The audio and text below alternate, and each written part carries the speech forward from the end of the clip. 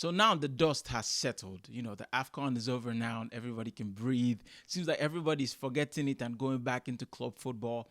I wanted to talk about what this Afcon did for me personally. Some of you may not know. I partnered up with Amplify Africa. There's an Instagram profile. They do have a YouTube page, but they really focus everything on Instagram, where like the name says, it amplifies the voices of Africans.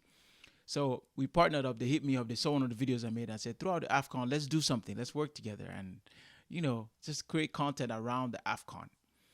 By this time, I think I was on like 300 and something subscribers very early, maybe like 310 subs when I started it. I didn't know what I was going to do. I didn't know if I could do this, considering I have a regular job and trying to mix up Nigeria and then having to churn out videos daily. I didn't know if I was going to be able to do it, but I just said yes, because we don't turn down opportunities, we say yes.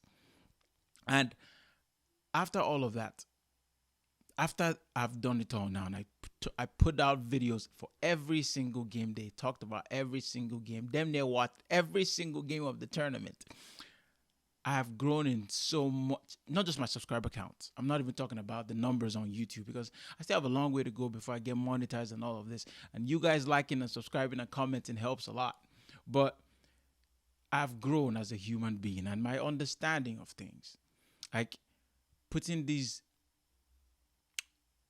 amount of work I put into every single video, writing everything myself, editing every video myself. And since they're short form, you're limited to amount of time. That was the agreement with us. I think the max I could do was 1.5 minutes on each video, and summing up, sometimes we had 3 games in a day.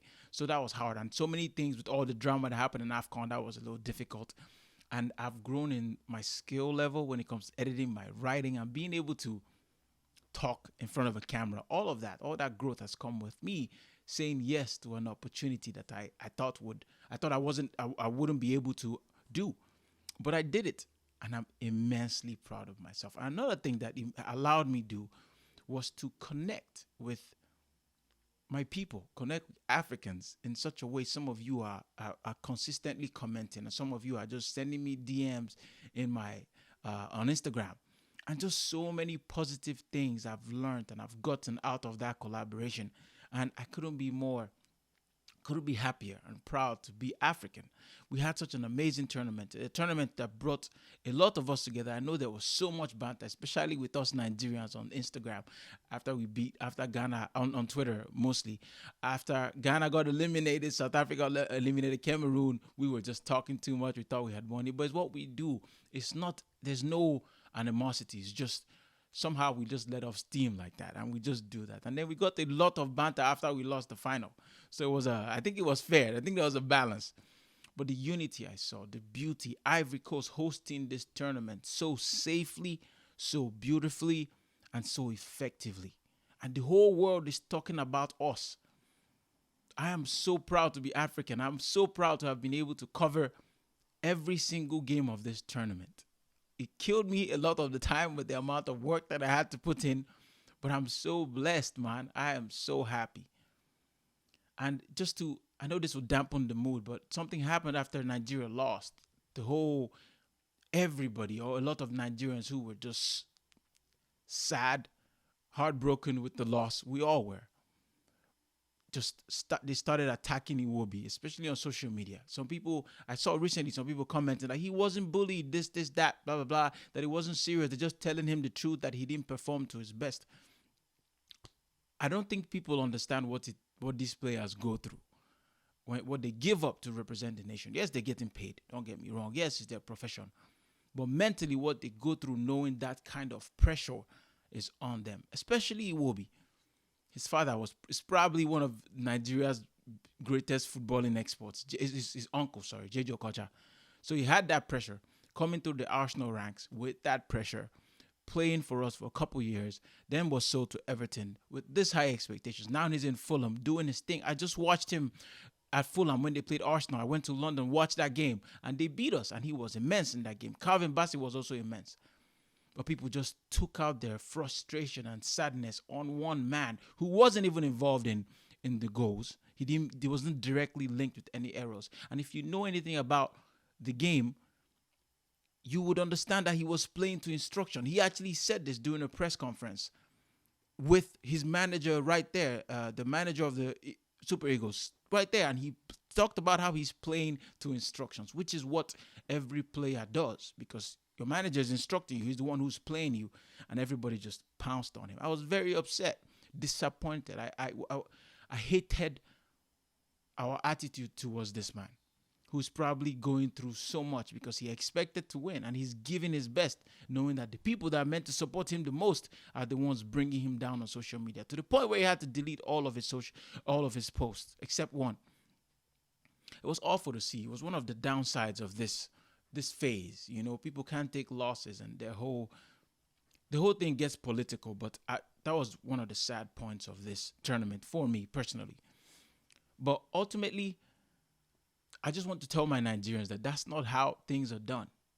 People are human beings, you know, and if you don't back your own players, they would never be able to perform. Especially a kid who has so much on his shoulders, so much, what's the word, expectation because of who he is and the family he's born into. His quality. Remember, he sent us to the World Cup in Russia. His goal. If he didn't score that goal, we would never have made it. But people are quick to forget. That was awful to see. But hey, to all my Africans, I just wanted to say this. I've been trying to put the videos out on my shorts every single game. I think I did. I followed up some that couldn't fit in because shorts, you have to make it 1 minute. For the videos that were more than 1 minute, I posted it as a regular video. And for everyone who's interactive with those videos, I'm so grateful to you guys. For everyone who keeps responding to me and interacting with the Arsenal videos, with the Manchester City videos, everybody that I've met in the last month and a half. I'm so grateful, because honestly, when you're not making any money and having to churn out content continuously, mixing that up with regular life, regular work, it can get discouraging. But you guys keep me going. You guys make it possible for me to keep doing it. As much as I love to do this, I hope I can do way more in the future. You guys make it possible. You guys keep me going. The encouragement, the words, I love it so much. So yeah, thank you to every single African, and be proud of your team. We had an exceptional tournament. I know a lot of you, obviously only one team won. A lot of us were disappointed at the end of the tournament, but still, we have so much to be proud of. Trust me. I have my Nigerian flag here. Trust me, my heart is broken. But there's so much to be proud of. We go again next year, and hopefully we have if not a better tournament, at least on par with this one. It'll be in Morocco, so I'm very excited for that. Hopefully, I'll be a huge part of that. That's my goal. That's my prayer. I'm speaking it into existence. And with you guys supporting me, liking, sharing my videos, it'll help and it'll go a long way. So, yeah, this video is just to say thanks. And I'll probably post my wrap-up video in this video. Probably the last thing you see is the last post that I forgot to post on YouTube because I was so heartbroken. I posted it on Instagram only, so I'll add it to this video, so that's the next thing you see. But from me to everybody who subscribed and who watched my video in the last month and a half, thank you, and looking forward to building this community making this community as big as it can be. Thanks a lot, and peace. An exceptional tournament was capped off in the most fitting way. The finals, Nigeria versus Ivory Coast, the Super Eagles taking on the Elephants. Afcon gave the Super Eagles the lead against the run of play in the 38th minute with a powerful header, but the hosts came firing back in the second half. Frank Kessié from a corner kick leveled the scores. And in the 81st minute, beautiful wing play from Simon Adingra to square the ball into Sebastian Haller, who would tap the ball home and send the entire stadium into joyous celebrations. Individual awards were also handed out. Emers Fair winning Best Coach, Simon Adingra winning the Best Young Player Award, Ronwen Williams winning the Best Goalkeeper Award, Emilio Nsue winning the Golden Boot, and William Troost-Ekong winning the Man of the Competition Award. And now, to announce the winner of the Predict and Win competition we had in our previous post, 3 of you actually predicted correctly, but we could only have one winner. JConan_ was the first person to predict the scoreline perfectly, so she is our winner. Congratulations to you, and we'll be contacting you shortly.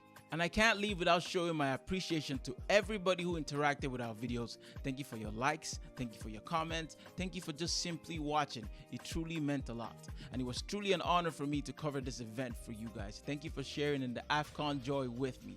Continue to stay locked in with Amplify Africa, where we keep pushing the voices of Africans to as far as it can go. And let's continue to stay united always. And for the last time, subscribe to The Million on YouTube. Take care and God bless.